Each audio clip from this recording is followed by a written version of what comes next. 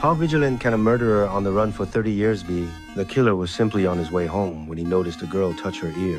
That alone was enough for him to decide she had to die. He followed her to the same apartment building. Once inside the elevator, he quietly drew his dagger, ready to slice open her throat. Just as he was about to strike, I appeared in time. I pretended to scold the girl, but secretly removed her earpiece and handed her a pair of earrings. When the killer saw her bare ears, he finally put away his dagger. He had suspected all along that she was an undercover cop wearing a hidden earpiece. But he still wasn't convinced, since he had never seen the two of us this unfamiliar father and daughter before. At that moment, I pulled out a blemished apple from my pocket. When I turned the scarred side toward the killer, the police surveillance system immediately captured a clear image of his face. The truth was, we really were police officers. We had been tracking this killer for over 2 weeks. His code name was Shadow, a top-tier assassin whose specialty was close-range kills with a dagger. 15 days earlier, a bank had been robbed of $100 billion in digital currency. Based on the evidence left at the scene, police determined he was responsible. A citywide dragnet was set in motion,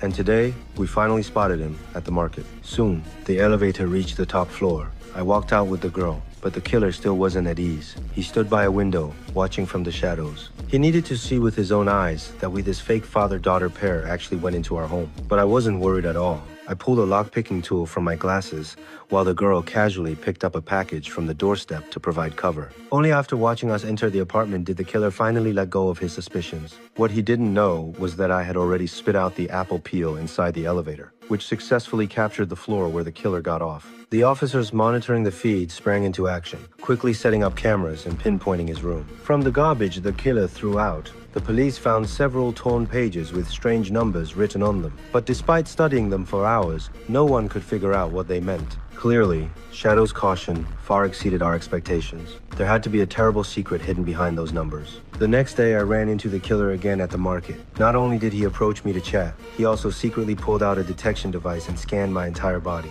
When I stopped in front of the fish stall, he noticed the calluses on my hands and suspected they were from years of gripping the gun. Facing his probing, I responded with calm composure and invited him to my home. The moment he stepped inside, he took the opportunity to look around, running his fingers across the furniture to check for dust testing, whether we had just moved in. Little did he know, I had already taken care of every detail. During dinner, the girl seized the chance to place her phone next to the killer's and copy his data. After the meal, he left without seeming suspicious.